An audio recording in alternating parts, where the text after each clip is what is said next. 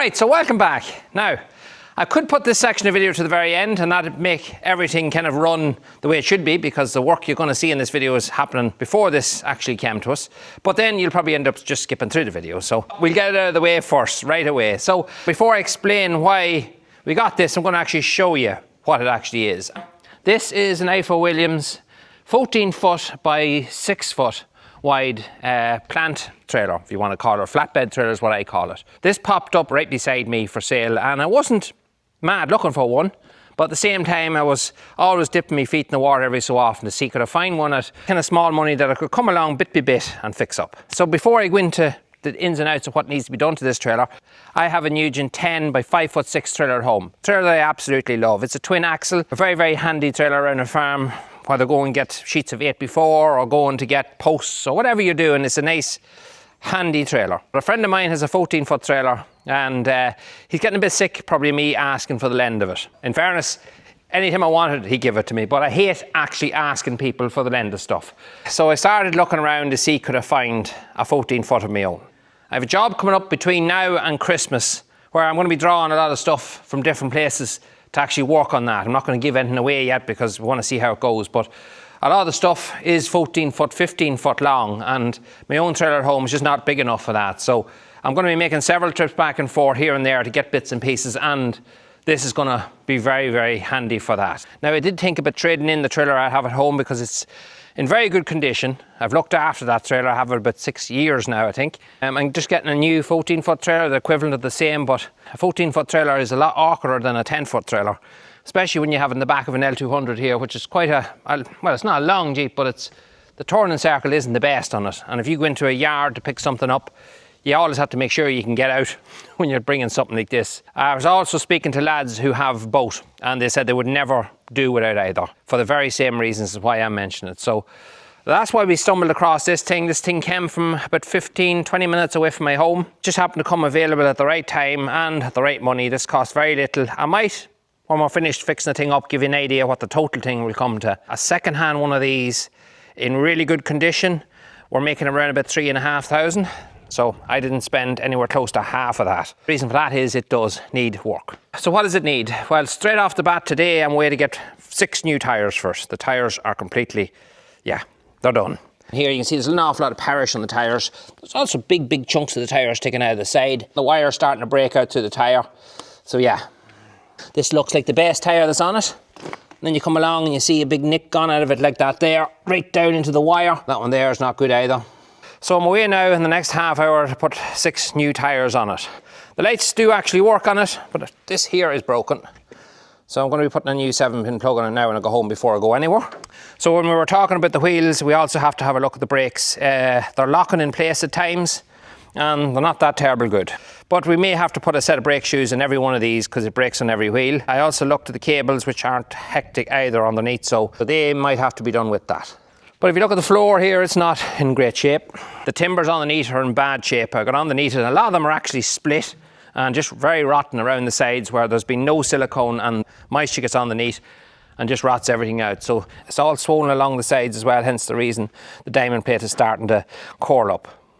A big plus as well is it did come with a set of ramps, but I will straighten all this up, fix all that. It'll look an awful lot better when I get it done. Just change the reflectors is broken. I will get a piece of angle iron cut and galvanise and just put it the whole way along the edge here just to finish that off as well. The good news is the wiring's all good on it. It's all original too. I see all the junction boxes underneath. It hasn't been tampered with. This guy here, just a spring load for the handbrake. Yeah, the cover's gone on it. I'm not sure if you can get that or not, but we'll look into that later on. It's not the end of the world. It is working. That's the main thing, and that there is all nice and tight. But there is another flaw to it. Hence the reason it was quite cheap, and I knew this about it. I seen it instantly when I went to look at it.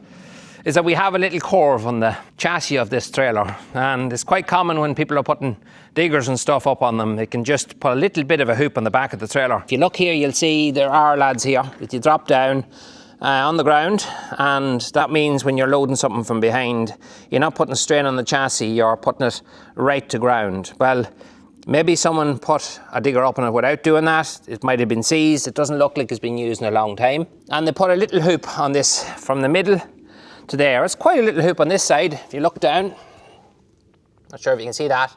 come along the chassis and have a wee look here, you'll see exactly where it's coming from, and there it is. There's the bulge there. You can see also that someone tried to weld a plate on in the middle of it just to fix that or reinforce it, which is all right. It's well enough done, but it's still not right. I had a trailer like this before, very same problem. I fixed it with a bottle jack, just making up a bit of a jig and straightening the whole thing out, and then the C channel that runs the whole length, I'll probably plate the half of it on the inside, and that will give it all its strength back. It's not the end of the world, that, and it's something that's definitely easily fixed. Anyway, that's it. I'm not going to talk any more about it. It's for a project down the line. We'll get rooting at this at another time. So that's that. Let's get back to the work.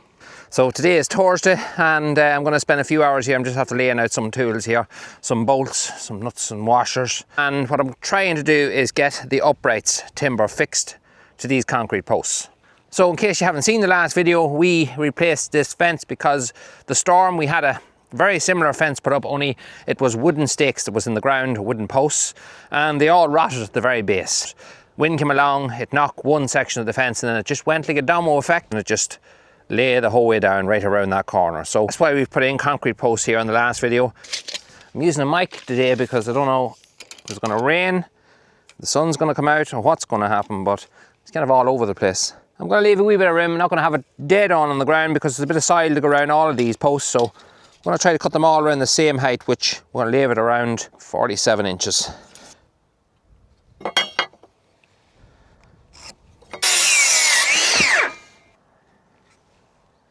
Clamp that in place.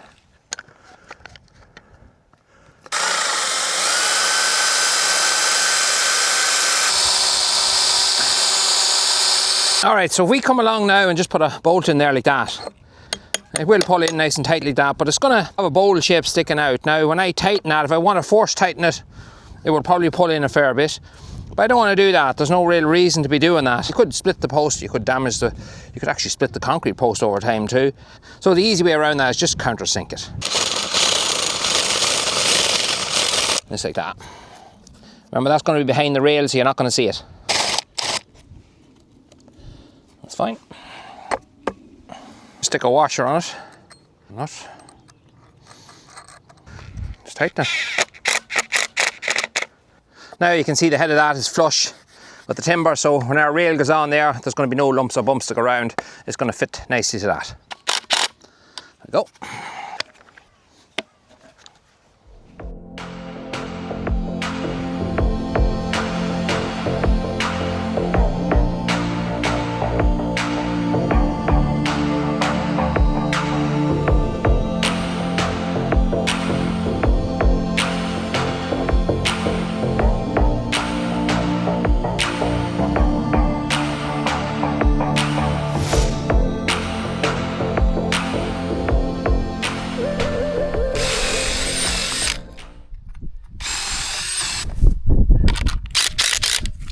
So in the middle of some of the bolts we get the odd one that's a bit longer, so it's just probably got mixed in with the assortment, so I have to cut an odd one. This is the third one I've come across, so I'll just nick a wee bit around this and that'll be fit to get my socket on it. Alright, well that took about an hour and a half, and that is all the wooden posts the whole way down finished. All up to here. So I don't want to fix that one to it yet. Main reason is, well, I can't. I need to drill through here. I need to get a longer bit to go the whole way through here because this post is a thicker one. This is where the old fence finishes. But not only do I need to get a longer bit, I need to get a longer bolt to go through both of them. So I'm not sure if I have any up there at the minute. So I'm going to leave that and come back to it after. I have to go now and get my rails. But before I do that, I'm going to tip over to the farm and get it ready as well. This is what I say about having this yoke. I can carry all the bits and pieces I need with me. So let's not delay. Let's get these on.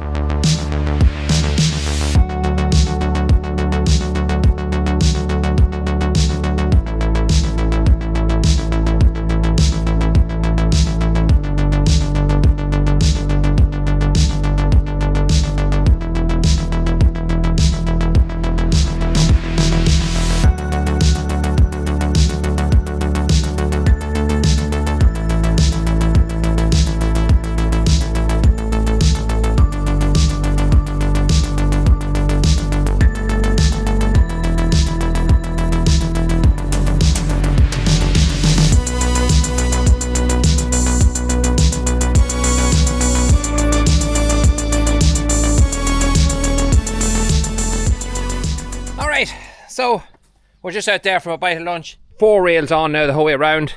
Nice bit of work on that.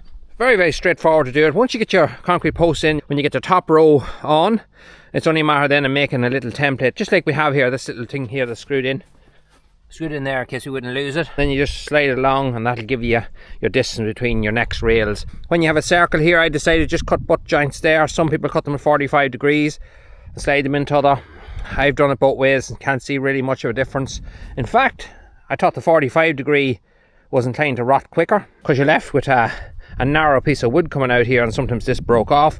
When we got to our straighter edge, which is up here, we were fit to run full lengths and then just stagger them. So our joints wasn't always in the one post. So here we have our rail coming across here, and the next one we have a joint, full rail and joint, just like you'd do if you were building blocks. When we were starting off this, I know we time-lapsed quite a bit of it, probably at all to this point, and that's just the fact that to leave a camera rolling, you'd go through an awful lot of footage and an awful lot of batteries, and it's not the most exciting work.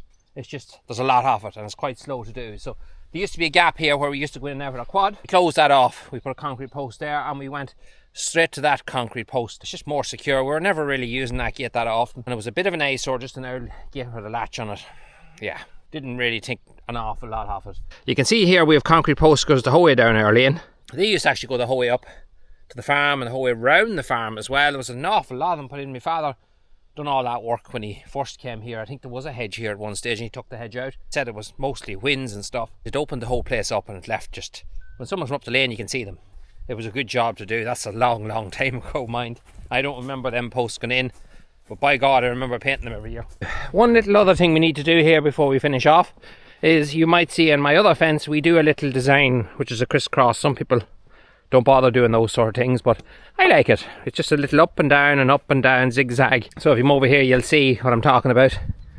Just like that there. It'll take us about an hour and a half or so to do it, but I think it's worth doing. This post, quite solid now, but it's not even bolted to the concrete post behind. Get longer bolts, go through that, bolt this to the concrete one, cut it off at the bottom, and that's solid again. That's never going to move, and we'll continue doing that then over a period of time with all the rest of the posts. Just put a backing concrete one to it, and then we get a lot longer out of that fence. This fence here used to go straight over there, but we kicked it out here like this, and that was to allow our automower to come over to the other side of the garden without having to cross the driveway.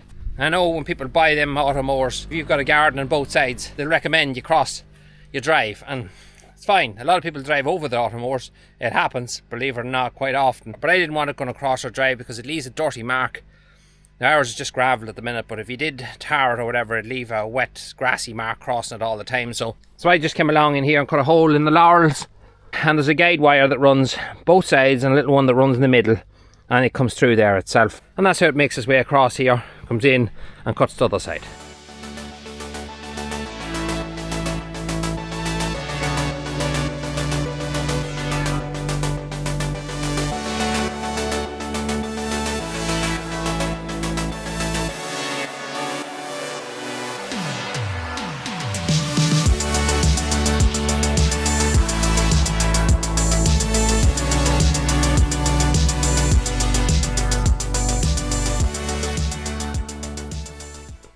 Alright, so that is our fence done. I can tell you, I'm relieved to have it done. I've been looking at that fence in the ground out through my bedroom window a long time, and there's been other people inside the house giving me suggestions or little hints that the fence needs to be fixed, but it's done now. We took away all our timber as well that was laying here. You can see the way it killed the grass, it's been laying there a while. That's gone over in the morning to the other farm to fix up the fence there, but I'm glad to get this job done. The only thing I still have to do now is I have to figure out what I'm going to put behind these concrete posts to fix electric fence to, because we can't just leave it like that. Hence the reason I still have electric fence going round, because our cows will itch against that post and they will rip them out of the ground eventually and break them all down, so we need to keep them away from it.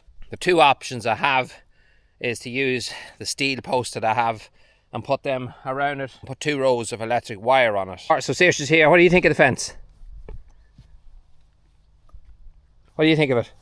Middling. Yes, it's middling. Totally rightly.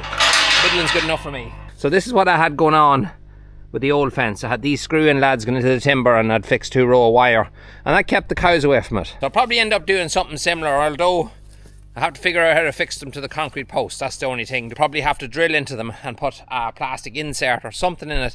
I want it to be kind of permanent. I don't want to have to come back to it.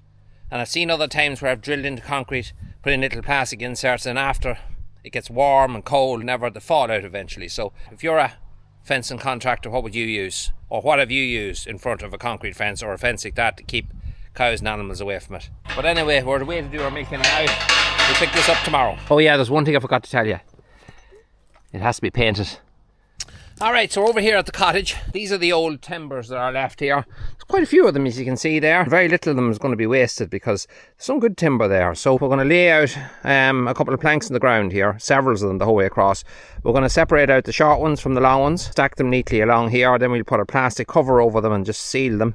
And they'll keep, because this is a building here on the side of the cottage that I want to tidy up for now. I know a lot of people ask about the cottage, but I just don't have time at the minute. And this has been a very busy year of getting things done. Especially when the weather's good, it allows me to get a lot of stuff done. So I am going to come back to this in the autumn time. That's usually when things start to slow down on the farm. I'm going to tear this old thing down here. And the wind is going to toss it down. The roof's collapsing anyway. So what I want to do, just as a makeshift thing to make it look a little bit decenter, I'm going to use these here and have some other timbers over the back here. And put the roof back on it and just tidy the thing up. Get rid of all this old ivy and just leave it as a sealed little shed. The timber's there. It won't take very long. We'll have a bit of fun, fix it up. I already have a door here that'll fit onto it. We're not going to be dry lining it or turning it into a bedroom. We're just going to protect what's here.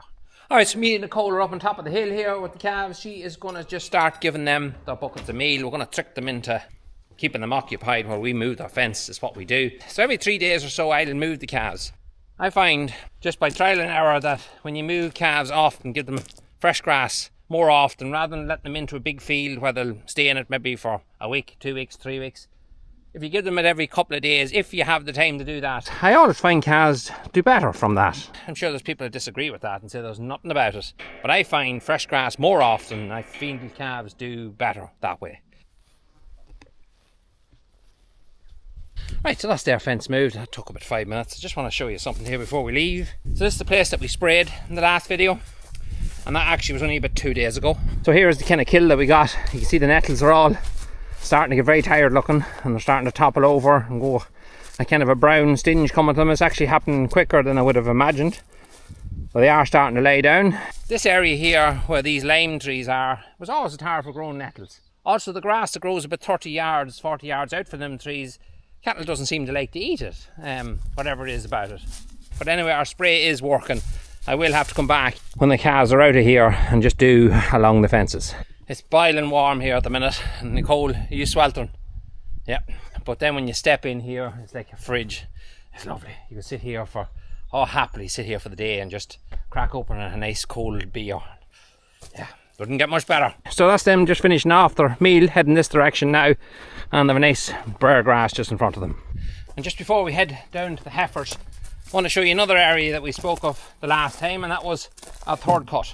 I said in the last video it was doing quite well.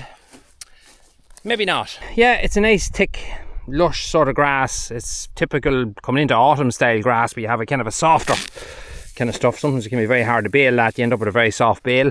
But considering the fertiliser and slurry that it got, it gives me the impression that it's not growing a whole pile. There's a very simple reason for that. If you look around the whole countryside here in Cavan or Monaghan or maybe wherever you are in Ireland or the UK is a lot worse than here, you'll know that the ground is extremely dry. And here's a good example here. So this is a row of trees going up along here, and you can see when you come out from the trees, look how far you come out to where my finger is there. So the trees are just sucking the moisture out of the ground to try to survive. So at the end of the month or early next month, we'll take off whatever comes off it and we'll be happy to get it. Although it's been a good year for animals outside, the weather's been lovely. It's been a lovely summer. First cut and second cut combined with the two lightest cuts I think we've ever made to date, and I have a feeling our third cut isn't going to be wild impressive either, but we got enough and we'll see what we're like when that time comes. And if we don't feel have enough of silage for the winter, we'll probably sell off some of the cows that we normally wouldn't sell to the springtime or so, but we'll be fit to calculate all that out next month.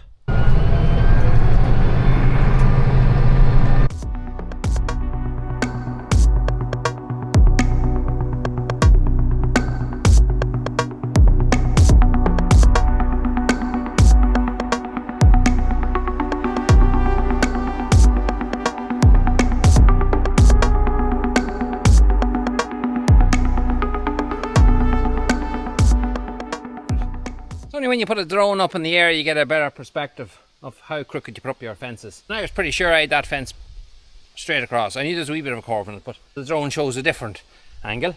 And yeah, maybe I do need to get my eyesight checked. But anyway, they are moved, and that'll do them now for a couple of days. This area here, this is a silage field. Obviously not putting into our third cut, but when they're off this, when this is all grazed, I'm going to spray this. I'm going to spray most of the silage ground again in the autumn time and try to get a good kill, because there are little bits of docks there still coming back. And the time we did spray it before our second cut was done, we didn't get that good of a kill. I think it was just too dry as well. So we'll leave it when the ground just perhaps isn't so dry, and we will spray them all again and try to get a good kill this time and try just to annihilate a lot of them docks out of it. They're an ongoing battle. You'll always have a few, but you have to keep on top of them at the same time. Anyway, job done. Let's get back to what we're at. So myself and Nicole are over here. It's early in the morning. It's just after milking time. We said we'd do this early because it's very, very warm and very humid this last few days. So we'll try to escape. It's given around 27 to 30 degrees today. So we're going to try and get this done before it gets too warm. So let's get to it. Yeah, looks good.